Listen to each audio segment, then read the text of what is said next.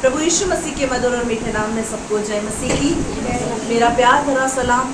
प्रतिभोर परमेश्वर की करुणा हमारे जीवन के लिए नई होती चली जाती है। इसकी नई महान असीम करुणा के लिए हम परमेश्वर का धन्यवाद करते हैं, क्योंकि सचमुच वो धन्यवाद के योग्य है। आज का दिन यहोवा ने बनाया है, हम उसमें आनंदित और मगन हो। हर दिन हमें परमेश्वर में, प्रभु में आनंदित और मगन होना है। हालेलुया। आइए हम वचन में चलने से पूर्व एक सेकंड अपनी आंखों को बंद करेंगे, हम प्रार्थना करेंगे।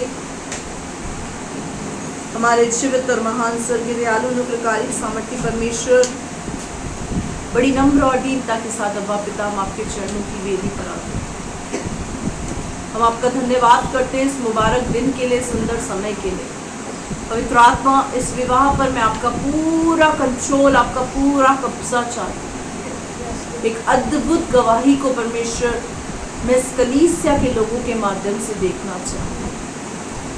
पवित्र आत्मा, मुझमें कोई खूबी, कोई लियाकत नहीं, मैं शून्य हूँ। मैं अपने आप को तेरे सम्मुख शून्य करती हूँ। मुझमें बैठकर प्रभु तुमसे बात कर। इजराइलियों ने जब उस मन्ने को खाया जो धनीर के समान था, और उसे खाकर तुच्छ जाना, तूने मूसा से कहा पिता कि इन्होंने इस मन्ने को नहीं, इन्होंने मुझे तुच्छ जाना है। प्रभु, आज जब ये मन्ना इनके सम्मुख परोसा जाता, जो स्वर्ग की रोटी है, जीवन का जल है, जीवन की रोटी है, और प्रभु तेरा वचन है, तो होने दे प्रभु, ये इस बात को तुच्छ ना समझे। जो वचन रूपी बीज बोया जाता, एक एक की जिंदगी से 100 गुना प्रतिफल। वचन के बीज चुराने वाली आत्मा को यीशु के नाम से हम डिस्ट्रॉय करते हैं। पवित्र आत्मा, हाँ, मैं अपने आप को तेरे हाथों में सौंपती। लाइट सिस्टम को, क्लैरिटी को, वॉइस को, विजिबिलिटी को, यूट्यूब चैनल को, गूगल मीट को, हर एक चीज को पवित्र आत्मा में आपके नियंत्रण, कंट्रोल और कब्जे में देती हूँ। प्रभु, जो लोग इस वचन को सुन रहे हैं और जो सुनेंगे प्रभु, उन सबको तो आशीषित कर दो। तेरे वचन के द्वारा प्रभु तूने फलवंत कर दिला। मैं तुझसे ऐसी प्रार्थना करती हूँ। आगे के समय को तेरे हाथों में सौंपती। डिस्टर्बेंस, गड़बड़ी कराने वाली आत्मा, सुस्ती, आलस से नींद दिलाने वाली आत्मा, इसी समय यहाँ से यीशु के नाम से गेट आउट हो। पवित्र आत्मा की काम कर। दुआ यीशु के सामर्थ्य मीठे जलाली नाम से मांगती हूँ, आमीन। हालेलुया। समय बहुत अधिक हो गया है, हम जल्दी से वचन की ओर चलेंगे। हम निकालेंगे लूका रचित सुसमाचार उसका 13वां अध्याय, उसकी 10वीं आयत से पढ़ेंगे।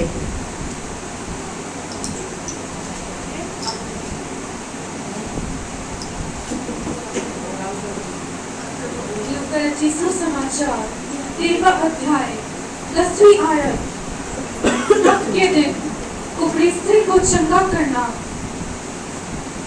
सप्त के दिन वह आराधनालय में उपदेश कर रहा था। सप्त के दिन वह एक आराधनालय में उपदेश कर रहा था। ये वह कौन है? प्रभु यीशु मसीह। सप्त का दिन मतलब सप्ताह का पहला दिन, यानी रविवार। जैसे कि आज आप अगर कैलेंडर भी देखते हैं तो कैलेंडर में कैसे लिखा होता है? संडे, मंडे, ट्यूसडे, सोमवार, रविवार, सोमवार, मंगलवार, इस तरीके से लिखा हुआ होता है। सोमवार से शुरू नहीं होता। और बच्चों को भी स्कूल में जब सिखाया जाता है तो यही सिखाया जाता है, संडे, मंडे, ट्यूसडे। तो सप्ताह का पहला दिन कौन सा है? रविवार। ऐसे अगर हम देखें तो हमको लगता है सप्ताह का आखिरी दिन है, पर ये सप्ताह का आखिरी दिन नहीं होता है, ये सप्ताह का पहला दिन होता है। शुरुआत ही रविवार से होती है, उसके बाद आता है सोमवार, मंगलवार, बुधवार और जो है वो सब उसके बाद आता है। तो यहाँ पर भी कुछ ऐसा ही दिन था, आज का ही दिन था, रविवार का दिन था। यीशु मसीह आराधनालय में आया और क्या कर रहा था? प्रचार कर रहा था। उपदेश का मतलब क्या होता है? प्रचार, सुनाना, प्रचार करना, जो मैं यहाँ से अभी कर रही हूँ। तो फिर क्या हुआ? वहाँ एक स्त्री थी। वहाँ एक स्त्री थी। आगे 18 वर्ष से हाँ, एक दुर्गत करने वाली दुष्ट आत्मा लगी थी। 18 वर्ष से वो एक दुष्ट आत्मा से ग्रसित थी। इस बात पे ध्यान देना मेरे प्रियो, वहां एक स्त्री थी, वहां एक स्त्री आई, ये नहीं लिखा हुआ है। वहां एक स्त्री थी, इसका मतलब वो विश्वासी थी। क्या थी? वो ऑलरेडी विश्वासी थी। वो कलीसिया में आने का उसका कोई नया अनुभव नहीं था। वो कलीसिया में आती रहती थी, आराधनालय में आती रहती थी, उसका आराधनालय में आने का अनुभव था। कई बार एक विश्वासी जब प्रभु के नाम को ग्रहण कर लेता है, बपतिस्मा ले लेता है, और उसके बाद वो सोचता है कि अब तो मैं बिल्कुल फ्री हूँ, मुझे कोई दुष्ट आत्मा नहीं पकड़ सकती, मुझे कोई बीमारी परेशान नहीं कर सकती, मेरे ऊपर कोई तकलीफ नहीं आ सकती, क्योंकि मैंने बपतिस्मा ले लिया है। बपतिस्मा पाप करने का लाइसेंस नहीं है। बपतिस्मा पाप करने का लाइसेंस नहीं है। बपतिस्मा अपने आप को पूरी रीति से परमेश्वर के वचन और परमेश्वर के अधीन करना है। हालेलुया। और ये 18 वर्ष से इसको दुर्बल करने वाली दुष्ट आत्मा ने इसको जकड़ रखा था। और ये कैसी हो गई थी? ये कुबड़ी हो गई थी। कई बार विश्वासी जीवन के चलते हमारे जीवन के अंदर भी कुबड़ापन आ जाता है। कई बार शैतान हमको भी किन्हीं कुछ बातों को लेकर कुबड़ा कर देता है। अब कुबड़ा वो नहीं जो ऐसे झुक के चले। कुबड़ापन होता है बोझ से दबा हुआ व्यक्ति। में भी हो सकता है आपके ऊपर आर्थिक बंधनों का बोझ हो सकता है, बीमारी का हो सकता है, कर्जे का बोझ हो सकता है, आपके जीवन में नशे का बोझ हो सकता है। आप कलीसिया तो आ रहे हैं, आप आराधनालय तो आ रहे हैं, लेकिन अभी भी शैतान का बोझ आपके ऊपर है। दुष्टात्मा अभी भी आपके जीवन के अंदर काम कर रही है। इसको 18 वर्ष से एक दुष्टात्मा इसको लगी थी, जिसने इसको क्या कर दिया था? कुबड़ा कर दिया था। आगे, और वो कुबड़ी हो गई थी। हाँ, और किसी रीति से सीधी नहीं हो सकती। और वो कुबड़ी हो गई थी और किसी भी रीति से सीधी नहीं हो सकती थी। मेरे प्रियो, कई बार जब हम प्रभु के भवन में आते हैं, मैं दोनों की बात कर रही हूँ। एक तो वो नया व्यक्ति जो प्रभु के भवन में पहली बार, दूसरी बार या कुछ समय से आ रहा है, और एक वो व्यक्ति जो प्रभु के भवन में काफी समय से आ रहा है, वचन को जानता है, प्रभु को ग्रहण कर रखा है, प्रभु का नाम का बपतिस्मा ले रखा है। दो प्रकार के व्यक्तियों के बारे में मैं आपसे बात कर रही हूँ। एक तो नया व्यक्ति जो संसार से निकल कर आया है, जिसको शैतान ने बांध रखा है, जो बीमारी से, पागलपन से, नशे से, बहुत सारी तकलीफों से जुड़ा हुआ है और बहुत सारी तकलीफों का बोझ उसके ऊपर है। वो व्यक्ति कौन है? न्यू बॉर्न बेबी, एक वो बच्चा प्रभु में जो कुछ नहीं जानता। संसार में पाप करके जब उसने प्रभु के बारे में सुना, प्रभु के पास आया, प्रभु ने उसको देखा, उस पर तरस खाया, उस पर तरस खाने के बाद उसको चंगा किया और उसको आजाद किया। और एक वो व्यक्ति है जो आराधनालय में आ रहा है और उसके बाद भी शैतान के बोझ तले दबा हुआ है। आप किसी व्यक्ति के कंधे पर भारी भरकम बोझ रख दें, वो सीधा चल सकता है? नहीं। शैतान भी कुछ इसी तरीके से हमारे साथ करता है। वो हमारे ऊपर पाप का भारी भरकम बोझ रख देता है, आर्थिक बंधन का रख देता है, नशे में फंसा देता है, व्यभिचार में फंसा देता है, पाप में गिरा देता है। वो पूरी कोशिश करता है कि विश्वासी को कैसे उसकी राह से हटाए। ये स्त्री जो आराधनालय में आती थी, इसका नया अनुभव नहीं था। जैसे इस कलीसिया में ये भाई पहली बार आए हैं, ये बहन दूसरी बार आई है, तो इनको इस कलीसिया में आने का अनुभव अभी पूरा नहीं है। लेकिन जो लोग पुराने इस कलीसिया के अंदर है, उसको इस कलीसिया में आने का अनुभव है। वचन को वो लोग जानते हैं, वचन को वो पहचानते हैं। ये औरत वचन को पहचानती थी, जानती थी, लेकिन उसके बावजूद 18 वर्षों से एक दुष्ट आत्मा ने इसको जकड़ रखा था। अगर ये वचन को जानती थी तो दुष्ट आत्मा ने इसको कैसे पकड़ा? कई बार विश्वासी जीवन के चलते हमारे मन में सवाल आते हैं इस बात के कि दुष्ट आत्मा मुझे नहीं छू सकता। लेकिन आज मैं आपको इस बात को क्लियर करूंगी। पहला यूहन्ना उसका 5वां अध्याय इसके 18वीं और 19वीं आयत को पढ़ेंगे कि दुष्ट आत्मा हमारे जीवन के अंदर कब प्रवेश करता है। पहला यूहन्ना 5वां अध्याय 18वीं आयत, पेज नंबर 337। हम जानते हैं कि जो कोई परमेश्वर से उत्पन्न हुआ है वो पाप नहीं करता। हाँ, इस बात को अंडरलाइन करें कि जो कोई परमेश्वर से उत्पन्न हुआ है, यानी जिसने मसीह में नया जन्म लिया है, जिसने मसीह में नया जन्म प्राप्त किया है, जिसने बपतिस्मा लिया है, वो पाप नहीं करता। आगे, पर जो परमेश्वर से उत्पन्न हुआ है उसे वो बचाए रखता है। और वो दुष्ट उसे छूने नहीं पाता। और वो दुष्ट शैतान उसे छूने नहीं पाता। ये किसके लिए लिखा हुआ है? जो परमेश्वर से उत्पन्न हुआ और जो पाप नहीं करता। ये डिफरेंस आप समझें। कई बार हम प्रार्थनाओं में बोलते हैं कि परमेश्वर तेरे वचन में लिखा है जो तुझ में पाए जाते हैं तुझसे उत्पन्न होते हैं, दुष्ट उन्हें छू नहीं सकता। ये वचन अधूरा है। जो परमेश्वर से उत्पन्न हुए हैं, परमेश्वर से जन्म लिए हुए लोग हैं, वे पाप नहीं करते। उनके विषय में परमेश्वर का वचन कहता है कि शैतान उनको छू नहीं सकता। लेकिन जिन्होंने परमेश्वर में उत्पन्न होने के बाद पाप किया तो दुष्ट आत्मा उसके ऊपर अटैक करेगी। आपको बपतिस्मा लेने के बाद कोई लाइसेंस नहीं दिया जाता, ना कलीसिया की ओर से ना परमेश्वर की ओर से, कि आप पाप कर सकते हैं। आपका नाम स्वर्ग में पुस्तक पे लिख दिया गया तो वो नहीं कटेगा, ऐसा नहीं है। परमेश्वर का वचन कहता है, प्रभु यीशु मसीह ने स्वयं कहा जो अंत तक धीरज धरेगा उसी का उद्धार होगा। यानी अंत तक अपने कदमों को फूक फूक के रखना है, समझ समझ कर चलना है। एक नया विश्वासी जब इस भवन में आता है, कलीसिया में आता है, आराधनालय में आता है, वो भी कहीं बोझों तले दबा हुआ होता है।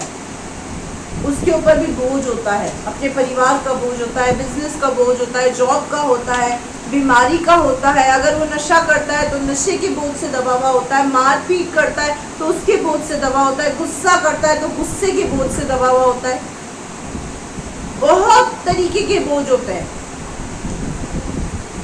जब वो नया व्यक्ति प्रभु के भवन में आता है, एक बार आता है, 2 बार आता है, प्रार्थनाओं के द्वारा प्रभु यीशु मसीह तरस खाकर अनुग्रह करके उसको चंगा कर देता है। लेकिन एक विश्वासी व्यक्ति पाप में फंसकर बोझ से ग्रसित हो जाता है। दुष्ट आत्मा का अंदर प्रवेश करना एक विश्वासी के जीवन में ये बहुत भयानक बात है। तो ये स्त्री आराधनालय में आती थी। इसको पहले कंप्लीट करो फिर बताती हूँ मैं। 19 भी पढ़ लो।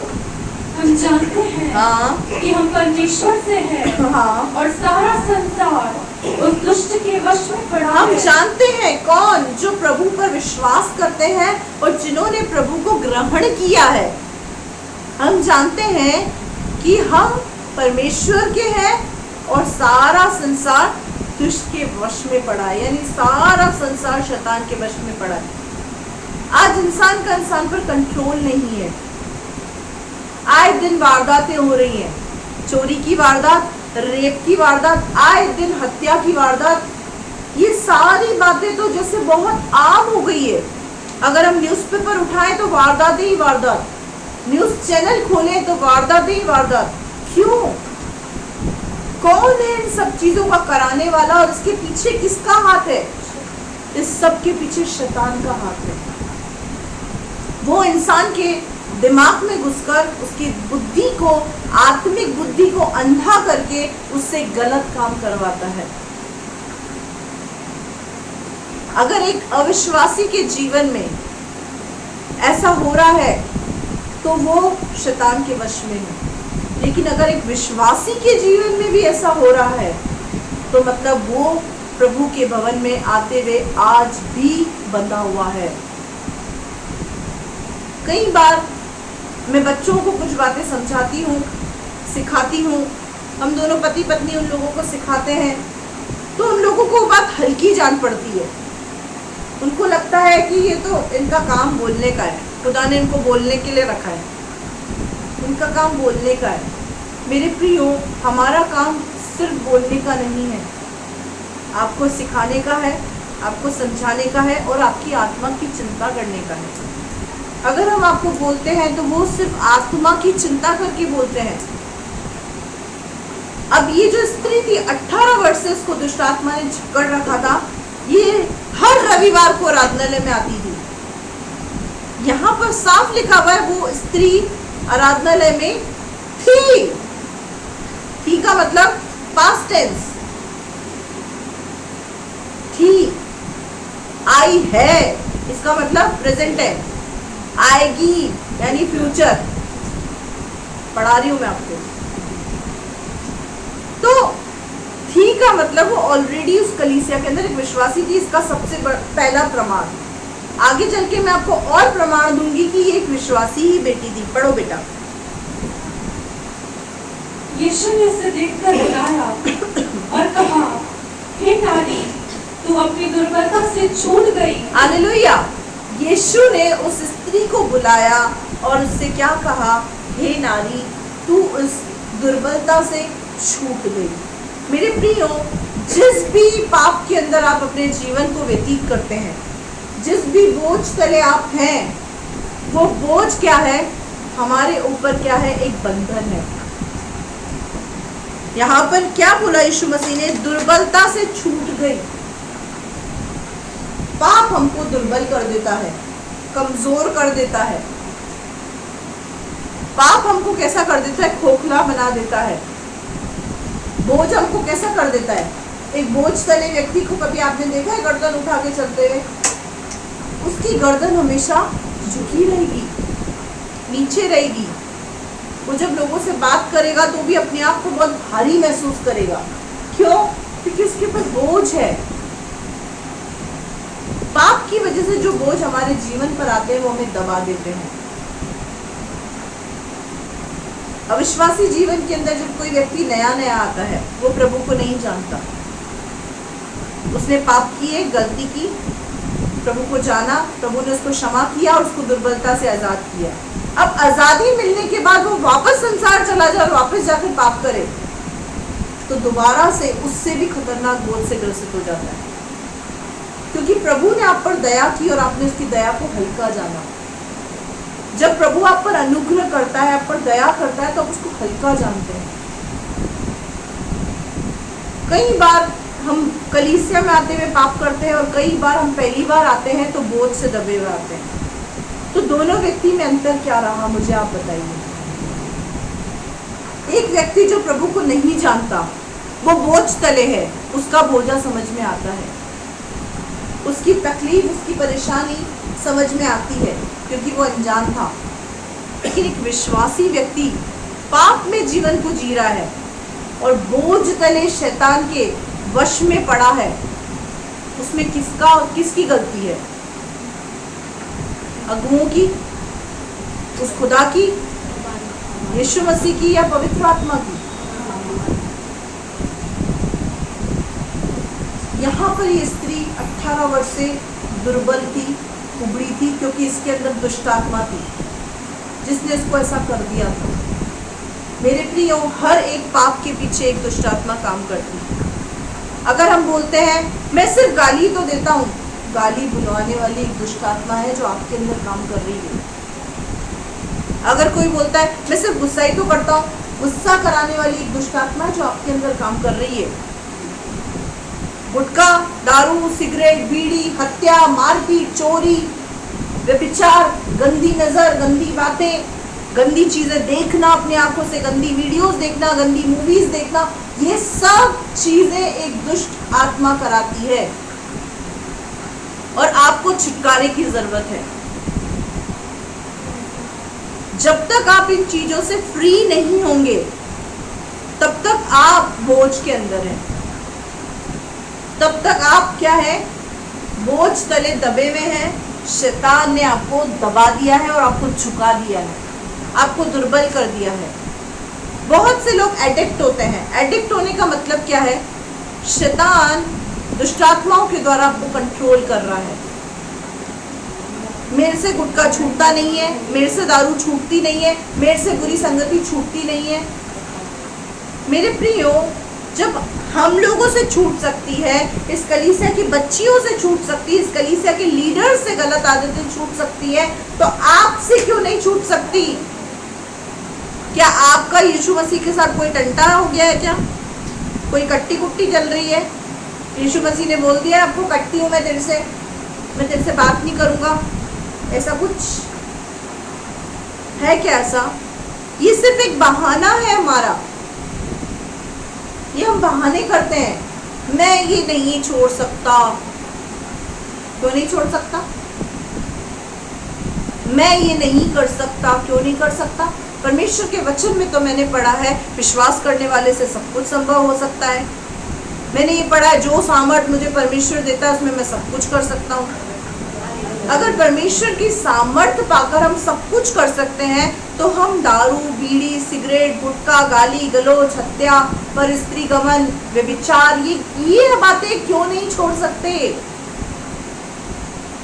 हकीकत क्या है पता है? हम इसको छोड़ना ही नहीं चाहते। हम इसको नहीं छोड़ना चाहते। हमें मजा आ रहा है इन चीजों में। हम उस सुअर के समान हो गए हैं जिसको कीचड़ में लौटने की आदत पड़ गई है। परमेश्वर का वचन ही कहता है, हमें सबसे पहले हमारे अंदर इस इच्छा को जागृत करना है कि इस गंदे काम से मुझे आजाद होना है। मुझे तलब लगी, मुझे इच्छा हुई, ये इच्छा ही तो खतरनाक है। अगर हमारी इच्छा हो जाए कि किसी को उठा के थप्पड़ मार दे, चलेगा? मैं किसी को थप्पड़ मार दूं और बोलूं मेरी तो इच्छा हो रही थी तेरे को थप्पड़ मारने की, बहुत टेंशन है मुझे इसलिए खा रहा हूं मैं। टेंशन, अगर इन चीजों को खाने से टेंशन दूर हो रही है तो अपने पूरे परिवार को खिलाओ, लाइन से बिठाओ सबको और थोड़ा थोड़ा देते जाओ। हाथ में एक एक पैक बना लो उनके लिए और गुटखा की एक एक पूड़ी दे दो, बेटा ले बेटा ले बेटा, खाता जा खाता जा खाता जा। टेंशन इस दुनिया में किसको नहीं है? टेंशन किसको नहीं है? आप एक परिवार की टेंशन नहीं संभाल पा रहे, हम तो पूरी कलीसिया के संभाल रहे। हमको तो रोज 10 पाउच खाने चाहिए अगर इससे टेंशन दूर होती है तो। हम इतने लोगों को संभाल रहे हैं तो हमको तो दोनों पति पत्नी को रोज 10 पाउच खाने चाहिए। सुबह इनको बोलना चाहिए मनी एक टूल है, मैंने को बोले एक आप। प्रैक्टिकल बात है। हम पाप को छोड़ना नहीं चाहते, हम गलत चीजों से अपना पीछा छुड़ाना नहीं चाहते, और नाम क्या देते? टेंशन है। तो मतलब तुम बहुत सेल्फिश हो, तुमको तुम्हारी चिंता है, टेंशन, तुम अपनी टेंशन से मुक्त हो रहे हो। अपने बच्चों को भी तो मुक्त करो, रोज एक पूरी उनको भी खिलाओ। उनको भी तो कितनी टेंशन है, उनको भी एक पैक बना के अपने हाथ से दो। हर माँ बाप चाहते हैं मेरा बच्चा गलत चीजों का सेवन ना करे, लेकिन वो खुद इन चीजों में लिप्त है। क्या मेरी बात को आप समझे? ये सिर्फ एक बहाना है, बहाना। ये ना आप अपने आप को उल्लू बना रहे हैं, उल्लू। हमको और खुदा को आप उल्लू नहीं बना सकते, लेकिन आप अपने आप को उल्लू बना रहे हैं, मूर्ख बन रहे हैं इन सब बातों में। और आपको मूर्ख पता है कौन बना रहा है? शैतान, जो बिल्कुल आपके बगल में आपकी गोद में बैठ जाता है चढ़ के और कान में बोलता है इच्छा हो रही है ना, इच्छा हो रही है ना। कान में क्या बोलता है? इच्छा हो रही है ना, 5 खाता था, 4 खा ले। ये शब्द ना मुझे बहुत नागवार लगते हैं। कम कर दिया है। क्या कम कर दिया है? क्या कम कर दिया है? पहले से कम कर दिया है। धीरे धीरे छोड़ देंगे। प्रभु बोले ऐसा, पहले से थोड़ी थोड़ी प्रार्थना मैंने तेरी सुनना शुरू कर दिया। कैसा लगेगा? थोड़ी थोड़ी प्रार्थना मैंने सुनना शुरू कर दिया थी। तो थोड़ी थोड़ी में पता है क्या होगा, जब कोई अर्जेंट निवेदन लेकर आप बैठोगे ना, वो सुनेगा ही नहीं।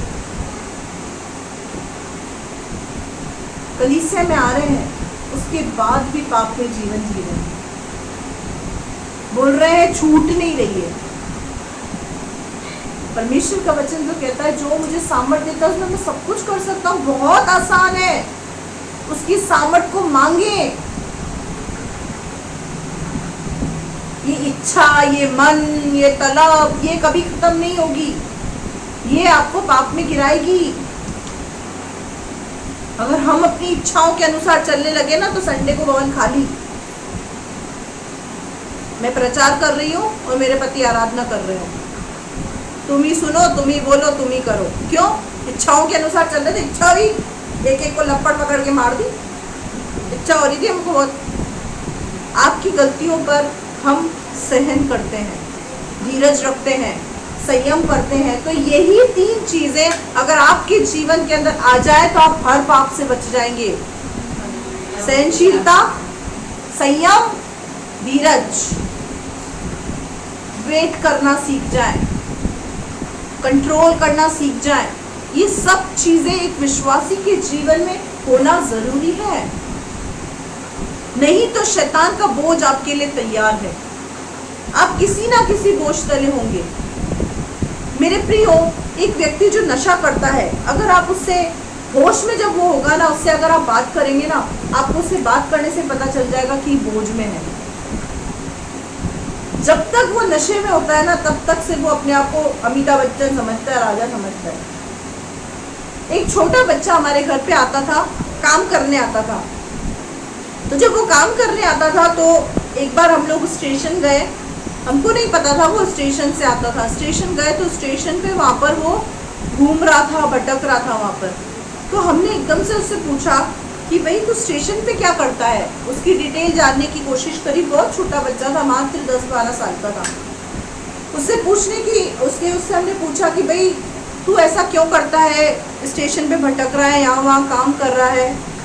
तो उसने ना बातों ही बातों में एक बताया कि हमारा एक मालिक है, वो हमको ड्रग्स देता है। क्या करता है? नशा देता है वो हमको, और वो हमको नशा देता है और हमसे काम लेता है, और हम काम करते हैं और जाकर हम उसको काम के पैसे देते हैं, उसके बदले वो हमको ड्रग्स देता है। क्या करा पता है? उसके मालिक ने उन बच्चों को आदी कर दिया। किसका? ड्रग्स का। तो हमने उसको समझाया, बेटा तू ये क्यों करता है, क्यों इन चीज़ों को लेता है? तो क्या बोलता है पता है? जब मैं ड्रग्स लेता हूँ ना, मुझे ऐसा लगता है मैं मिथुन चक्रवर्ती बन गया।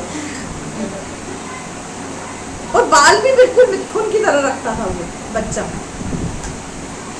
इसका मतलब ये शैतान का छलावा है, इसका झूठ है, ये इसका बिछाया हुआ जाल है। वो आपको एडिक्ट कर देता है। किन चीजों के प्रति? नशे की चीजों के प्रति। फिर हम पता है क्या बोलते हैं? अरे मेरे को आदत थोड़ी है, मैं आज चाहूं तो आज ही छोड़ सकता हूँ। ये सुनते सुनते 2 साल हो गए मुझे। ये उल्लू बना रहा है आपको शैतान। मैं चाहूं तो आज छोड़ सकता हूँ। ये नहीं, ये चुटकियां ये आप हमारे सामने बजाते हो ना, शैतान आपके सामने बजाता है, छोड़ के दिखा। समझ रहे हैं मेरी बात को? जो सामर्थ परमेश्वर देता है उसमें हम सब कुछ कर सकते हैं। अगर टेंशन, दारू, तंबाकू, गुटखा और इस सब चीजों से अगर टेंशन हमारी दूर हो जाती तो हम सब पिए ना फिर।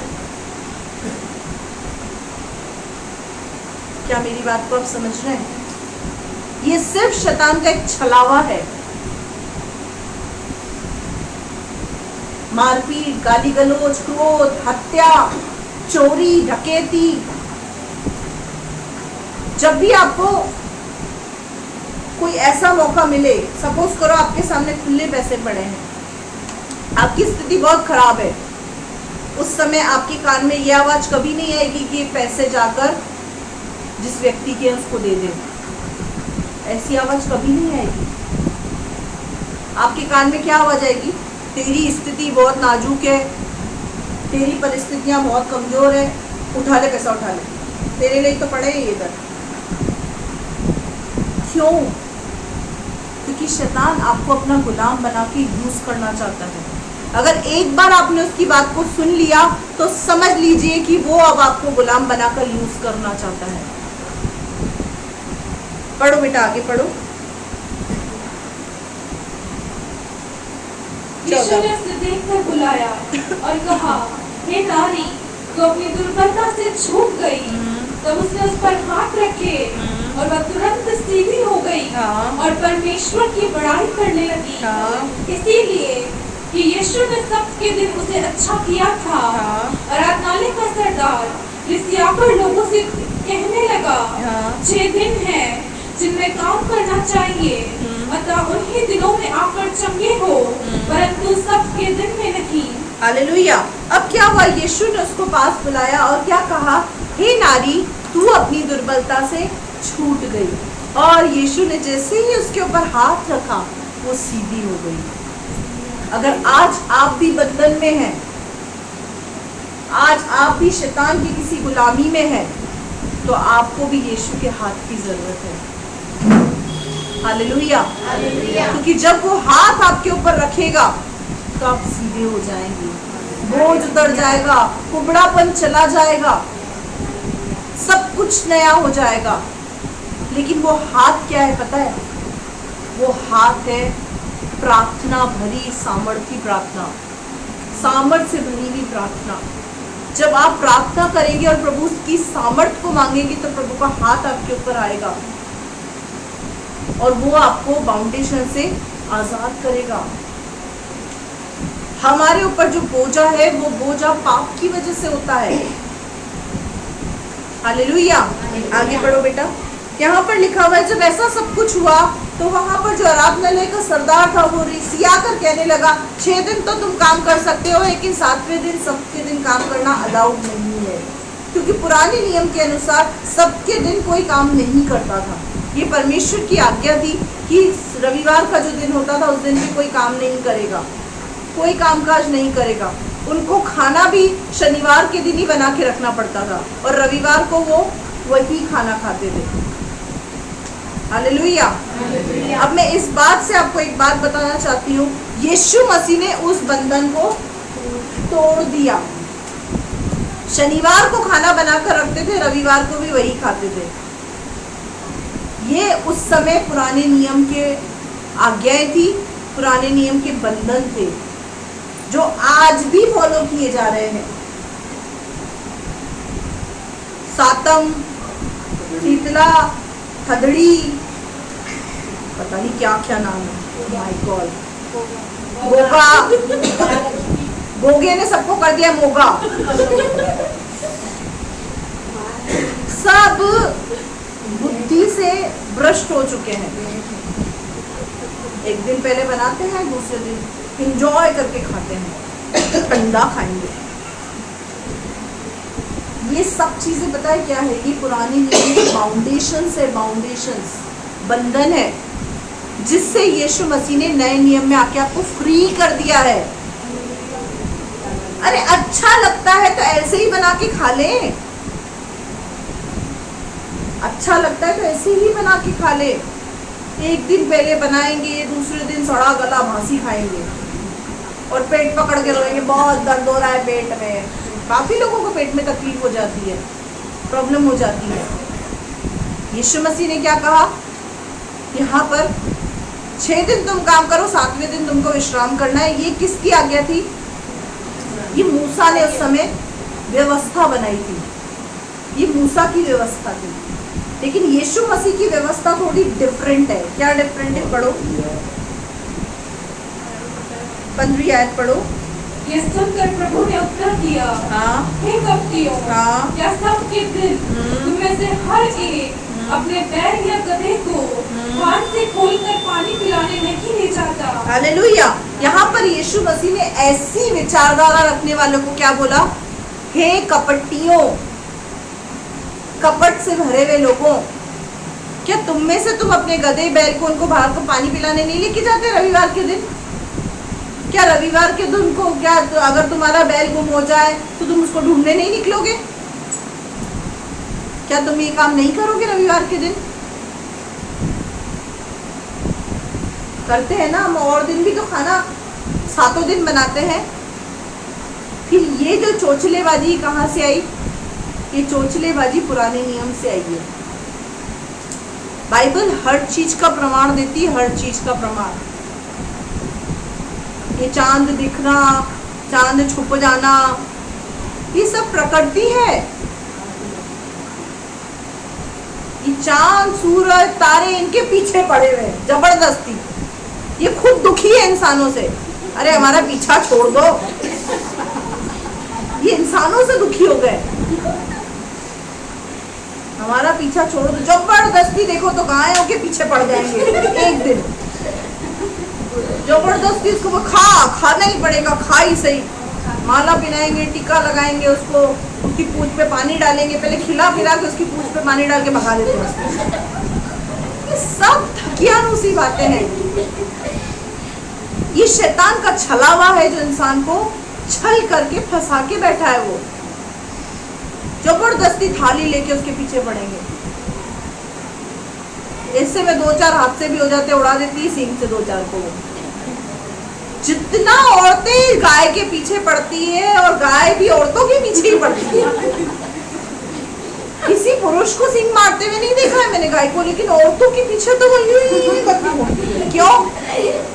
क्यों? क्योंकि औरतें ही पीछे उसकी पड़ती है पूजा करने के लिए थाली ले लेके। हम इन सब बातों से बाहर आए। ये सब छलावा है शैतान का।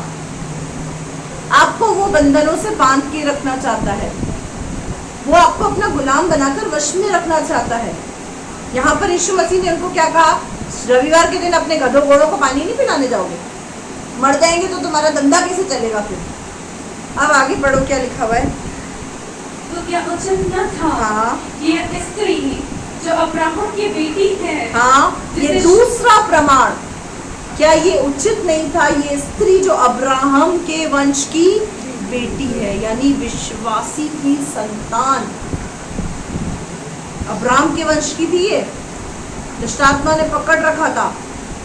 कोई ना कोई पाप इसके जीवन में जरूर होगा, कुछ ना कुछ अनहोनी इसके जीवन में जरूर होगी, जिसकी वजह से दुष्ट आत्मा ने इसको पकड़ रखा था।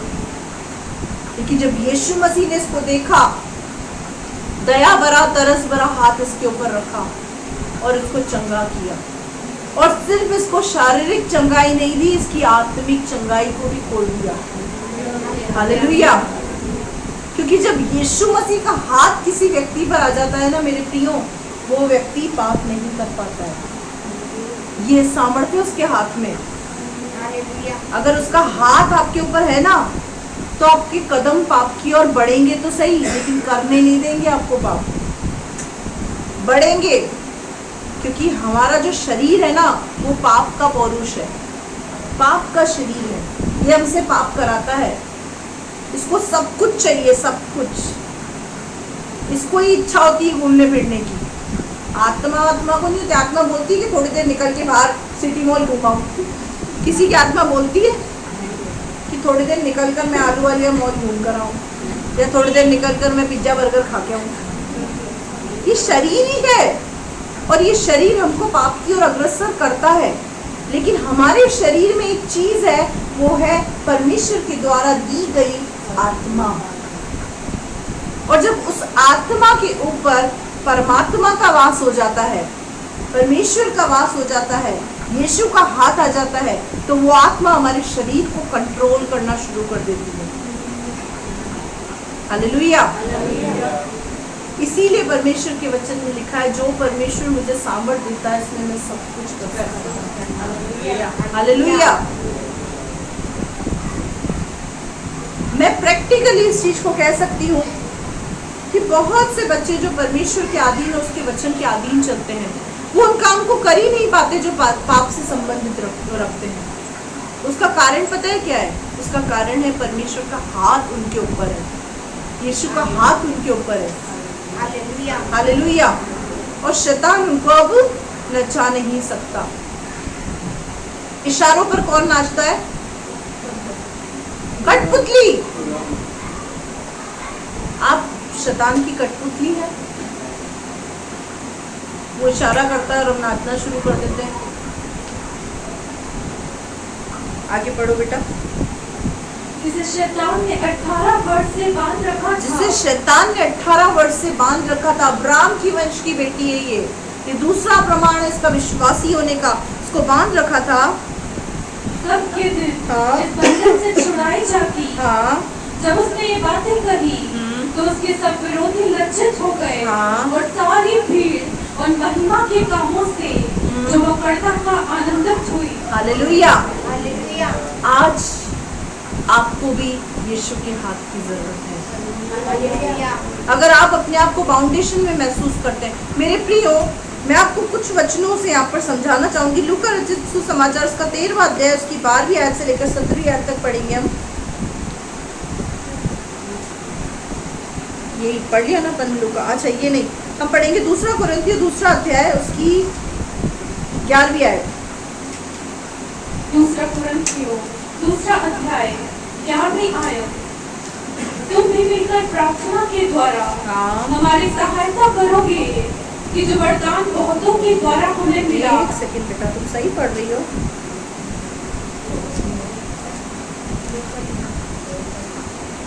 कि शैतान का हम पर दाव न चले। हाँ, कि शैतान का हम पर दाव न चले। आगे, क्योंकि हम उसकी युक्तियों से अनजान नहीं। क्योंकि हम उसकी युक्तियों से अनजान नहीं। अगर आप शैतान की युक्तियों से अनजान रहे तो उसके छलावे में, उसके जाल में फंसकर आप उसके गुलाम बन जाएंगे। वो स्त्री जो कुबड़ी थी, सीधी नहीं हो पा रही थी, झुक गई थी, बोझ के तले आ गई थी, वो भी शैतान की गुलाम थी। लेकिन जैसे ही यीशु का हाथ उसके ऊपर आया, वो गुलामी से आजाद हो गई। आप में से कोई व्यक्ति ऐसा है जो नया नया आया है, जो भी व्यक्ति आया है, अगर वो अपने आप को बंधन में महसूस कर रहा है, प्रभु का हाथ आपके लिए काफी है। जैसे ही उसका हाथ आपके ऊपर आएगा, आप बंधनों से आजाद हो जाएंगे, शैतान की गुलामी से आजाद हो जाएंगे, कर्जे से आजाद हो जाएंगे। जो भी गंदी आदतें आपके जीवन के अंदर है, आपके परिवार में अशांति है, वो सब दूर हो जाएगी। जरूरत क्या है? यीशु के हाथ की जरूरत है। और यही जरूरत उस व्यक्ति को भी है जो विश्वासी है। हालेलुया। क्या लिखा हुआ है? हम शैतान कि शैतान का दाव हम पर ना चले। इस बात के लिए कौन मेहनत करेगा? शैतान का दाव हम पर ना चले, इसके लिए प्रयास आपको करना पड़ेगा। उसकी युक्तियों से अनजान अगर आप हो गए तो आप उसकी युक्ति में आकर फंस जाएंगे। उसकी युक्तियों से अनजान ना रहें, उसकी युक्तियों को समझने की कोशिश करें, उसके दाव से बचने की कोशिश करें। हम पढ़ेंगे दूसरा कुरिन्थियों 11वां अध्याय उसकी 14वीं और 15वीं आयत। ये कुछ अचंभे की बात नहीं। हाँ। क्योंकि शैतान आप भी जो दिन में स्वर्गदूत का रूप धारण करता है, हाँ। इसीलिए यदि उसके सेवक भी धर्म के सेवकों का सा रूप धारे हाँ। तो कोई बड़ी बात नहीं, हाँ। परंतु उनका अंत उनके कामों के अनुसार होगा। हालेलुया। अब शैतान की युक्तियों में या तो हम डायरेक्ट फंसते हैं या इनडायरेक्ट फंसते हैं। इनडायरेक्ट कैसे फंसते हैं? यहाँ लिखा हुआ है, ये कुछ अचंभे की बात नहीं कि शैतान आप भी ज्योतिर्मय स्वर्गदूत का रूप धारण करते हुए आपके पास आएगा। हालेलुया, प्रेज द लॉर्ड करते हुए आएगा आपके पास। तू भी मसीह, मैं भी मसीह। मेरी नैया डूबी, तेरी भी डूबूंगा। मैं कलीसिया के लोगों को ये बताना चाहती हूँ, कई बार बाहर कुछ विश्वासी लोग आपको मिलेंगे या बहुत सारे ऐसे अन्य कलीसियाओं के अंदर जाने वाले लोग मिलेंगे जो आपको आके भ्रमित करेंगे, भड़काएंगे और आपको आपके अगुओं के खिलाफ करेंगे। आपके कानों में फूंक मारेंगे और क्या बोलेंगे? आपका पास्टर आपको सही शिक्षा नहीं दे रहा है, हमारे पास आना, हम पूरी शिक्षा देंगे आपको। ऐसे व्यक्तियों से बात करने की जरूरत हमें नहीं है। बहुत से लोग आपके कांटेक्ट में ऐसे आएंगे, अरे आप भी प्रार्थना करते हैं, हम भी प्रार्थना करते हैं, हम दोनों भाई भाई। ये भाईचारा कृपया बाहर ना दिखाएं। ये कलीसिया तक सीमित रखें भाईचारा, क्योंकि अगर आप ऐसा कर दिया तो शैतान की युक्तियों में फंस जाएंगे। शैतान अगर सपोज करो 2 सींग लगा के, लाल आंखें करके, बाल फैला के और ऐसे आपके आगे खड़ा हो जाता, आप उसको पहचान नहीं जाएंगे। आपने हाँ पता है तू शैतान है, हमको तेरी बातों में नहीं आना, ऐसे ही करोगे आप। लेकिन अगर यहाँ लिखा हुआ है वो आप ज्योतिर्मय स्वर्गदूत का रूप धारण करता है, यानी वो हालेलुया प्रेज़ द लॉर्ड करते हुए किसी भी इंसान के अंदर घुसकर तुम्हारे आत्मिक जीवन को नष्ट कर देगा। कई बार कलीसिया में ही कुछ लोग ऐसे होते हैं जो दुष्टता फैलाते हैं, उन लोगों से सावधान होने की जरूरत है। उनको एप्रिशिएट नहीं करें, उनकी बातों को ना सुने। हम क्या समझते हैं, अपने आप को बहुत बड़ा धर्मी समझते हैं। मैं तो सुनना चाह रही थी कि आखिर वो बोल क्या रहा है।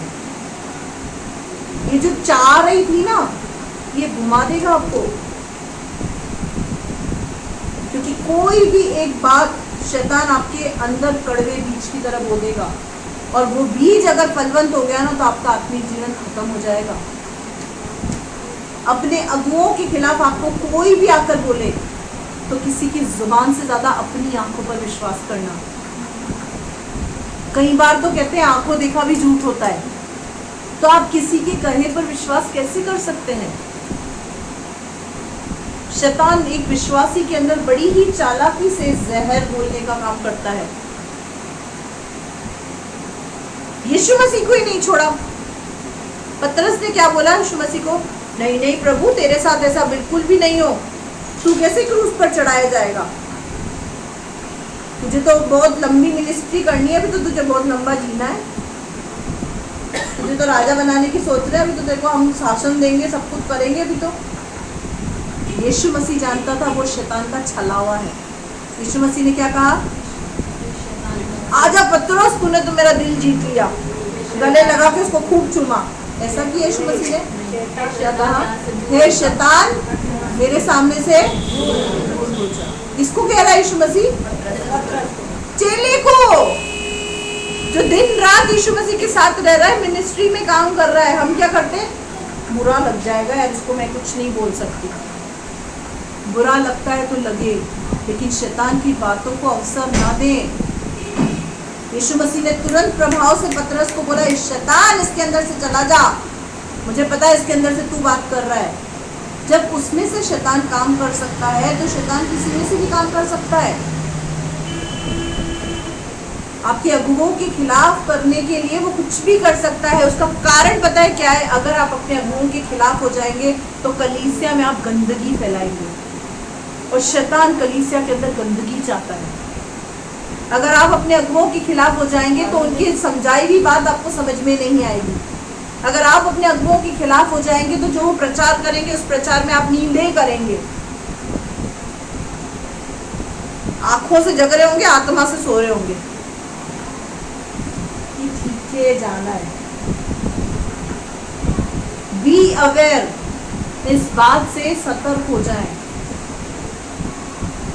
शैतान ज्योतिर्मय स्वर्गदूत का रूप धारण करता है और आपके कान में आके छू करके छू हो जाता है और आपकी जिंदगी को छू मंतर कर देता है। आत्मिक जीवन तो छू मंतर हो जाता है। फिर हम सिर्फ शारीरिक रह जाते हैं, शारीरिक, फिर बस वही रह जाता है, praise the Lord sister, praise the Lord brother, सिर्फ शब्द रह जाते हैं, आत्मिक जीवन खोखला हो जाता है। इसलिए अवेयर हो जाएं, शैतान के छलावे को समझें। वो छल करता है, वो आपको फंसाने की कोशिश करता है, आपको भ्रमित करता है, और सबसे पहले जो शैतान चाल चलेगा ना, वो पता है क्या करेगा, आपको संगति से दूर करेगा, आपको प्रार्थना करने से रोकेगा, आपको प्रार्थना नहीं करने देगा, आपको वचन नहीं पढ़ने देगा, आपको आराधना नहीं करने देगा। क्योंकि जैसे ही इन तीनों पर उसका दाव पेच चल गया ना, तो वो आपको गुलाम बना देगा। अगर आपको प्रार्थना करना अच्छा नहीं लग रहा है, इसका मतलब आप बंधन में हैं। अगर आपको आराधना करना अच्छा नहीं लग रहा है, इसका मतलब आप बंधन में हैं। अगर आप वचन पढ़ना आपको अच्छा नहीं लग रहा, इसका मतलब आप बंधन में हैं, और ये बहुत भयानक बंधन है एक विश्वासी जीवन का। इसको बोलते हैं सेटिस्फेक्शन का बंधन। विश्वासी जीवन के अंदर संतुष्टि शब्द होना ही नहीं चाहिए। एक गीत है, बहुत अच्छा गीत है, सुना होगा आप लोगों ने, और चाहिए रूह का मसा हमें और चाहिए। यानी हम संतुष्ट नहीं हैं, हमें पवित्र आत्मा का अभिषेक, पवित्र आत्मा का मसा और चाहिए। तो ये और चाहिए फीलिंग्स जब खत्म हो जाती है, जब एक विश्वासी के जीवन में सेटिस्फेक्शन आ जाता है, संतुष्टि आ जाती है, तो एक विश्वासी के जीवन का पतन होना शुरू हो जाता है। वो शुरुआत होती है एक विश्वासी जीवन का पतन होने की, और ये बहुत ही भयानक बंधन है। इस बंधन से एक विश्वासी को जितना जल्दी हो सके ना फ्री हो जाना चाहिए, क्योंकि ये शैतान का छलावा है, ये उसकी युक्तियां हैं जिसको आप समझ नहीं पा रहे हैं। हो गया कंप्लीट बेटा? शैतान क्या करता है? ज्योतिर्मय स्वर्गदूत का रूप धारण करता है, और क्या करता है? इसीलिए यदि उसके सेवक भी धर्म के सेवकों सा रूप धरे तो कोई बड़ी बात नहीं, परंतु उनका अंत उनके कामों के अनुसार होगा। अगर कोई पास्टर भी इस तरीके की हरकतें कर रहा है तो परमेश्वर का वचन कहता है कि उनका अंत उनके कामों के अनुसार होगा। आप स्वर्ग आपको मिल गया, स्वर्ग आपका ही है, आपसे छीना नहीं जाएगा, ऐसा बाइबल में कहीं नहीं लिखा हुआ, कहीं पे भी नहीं लिखा है कि आपसे स्वर्ग छीना ना जाएगा। इसका सबसे बड़ा एग्जाम्पल है, परमेश्वर ने मूसा से कहा कि मैं इजरायलियों का नाम अपने जीवन की पुस्तक में से काट डालूंगा, ये उस जीवन में प्रवेश नहीं कर पाएंगे। ये लोग मेरे मन के अनुकूल नहीं है, मैं इन लोगों से खुश नहीं हूँ, ये लोग गंदे लोग हैं, ये कुड़कुड़ाते हैं, बुड़कुड़ाते हैं, अनाज्ञाकारिता करने वाले लोग हैं। तब मूसा ने मध्यस्थता की और क्या कहा? यदि तू इनका नाम जीवन की पुस्तक में नहीं लिख सकता तो मेरा नाम भी उस पुस्तक में से काट दे। हालेलुया। मेरे प्रियो, आप इन सब बातों को समझें।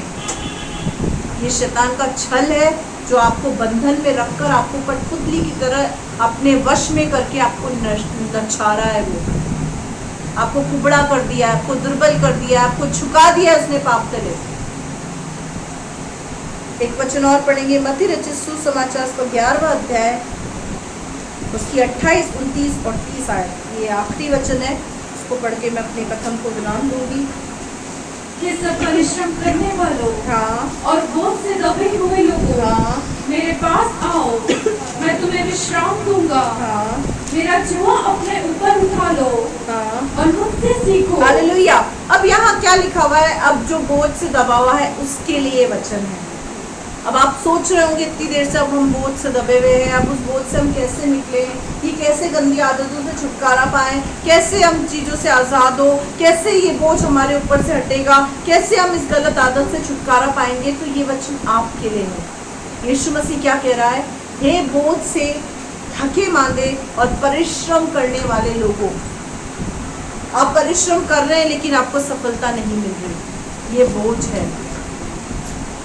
आप कमाते हैं लेकिन भरपेट खा नहीं पाते, ये बोझ है। आपकी कमाई गलत चीजों में जा रही है, ये एक बोझ है। बहुत तरीके के बोझ है जो मैंने आपको यहाँ से बताया। आपका स्वभाव भी एक बोझ हो सकता है। इस बोझ से फ्री होने के लिए क्या करना है? यहाँ लिखा हुआ है, बोझ से सब परिश्रम करने वाले बोझ से दबे हुए लोगों, मेरे पास आओ, मैं तुम्हें विश्राम दूंगा। एक ही रास्ता है बोझ से निकलने का, मेरे पास आओ, मैं तुम्हें विश्राम दूंगा। इसका मतलब क्या है? इसके मतलब है, दो मतलब है इसके। पहला मतलब, अगर आप संसार में भटक रहे हैं, कलीसिया में आओ, आराधनालय में आओ, परमेश्वर के भवन में आओ, उसके वचन को सुनो, तो तुम विश्राम पाओगे, शांति पाओगे। और दूसरा, ये जो मैंने पहला बताया ये उन लोगों के लिए है जो संसार में रहते हैं, अविश्वासी हैं। लेकिन ये दूसरा किसके लिए है? ये विश्वासियों के लिए है। मेरे पास आओ का मतलब क्या है? मुझसे बंद कोठरी में आके बातचीत करो। तुम्हें पर्सनली मेरे साथ बैठने की जरूरत है। बंद कोठरी के अंदर तुम्हें मेरे साथ वक्त बिताने की जरूरत है। ऐसा समय बिताने की जरूरत है जिसमें सिर्फ मैं हूं और तुम हो और कोई नहीं हो। हे बोझ से, हे परिश्रम करने वाले, हम सब परिश्रम करते हैं। स्त्रियां घर में करती, पुरुष घर के बाहर करते हैं। हे परिश्रम करने वाले, बोझ से थके मांदे और दबे हुए लोगों, दबे हुए मतलब झुके हुए लोगों, मेरे पास आओ, मैं तुम्हें विश्राम दूंगा। विश्वासी व्यक्ति को प्रभु के नजदीक बंद कमरे में प्रार्थनाओं में जाने की जरूरत है, और एक अविश्वासी को जो संसार में भटक रहा है उसको प्रभु में आने की जरूरत है। जो नए लोग हैं उनको प्रभु के पास आराधनालय में, कलीसिया में आने की जरूरत है। जो पुराने हैं ऑलरेडी कलीसिया में आ रहे हैं, उनके लिए बंद कोठरी की जरूरत है। आप जिस चीज पर विजय प्राप्त नहीं कर पा रहे, उस चीज पर अगर आपने विजय प्राप्त नहीं कर ली तो मुझसे आके कहना। मैं 110% इस बात की गारंटी देती हूं कि आप उन चीजों पर विजय प्राप्त कर लेंगे जिन पर आप आज तक नहीं कर पा रहे। लेकिन यीशु मसीह बोल रहा है, मैं नहीं बोल रही हूं। यीशु मसीह ने कहा मेरे पास आओ, मैं तुम्हें विश्राम दूंगा। उसके पास जाने की जरूरत है। किसको? एक बोझ से दबे हुए विश्वासी और एक नए व्यक्ति को उसके पास जाने की जरूरत है। और क्या कह रहा है यीशु मसीह?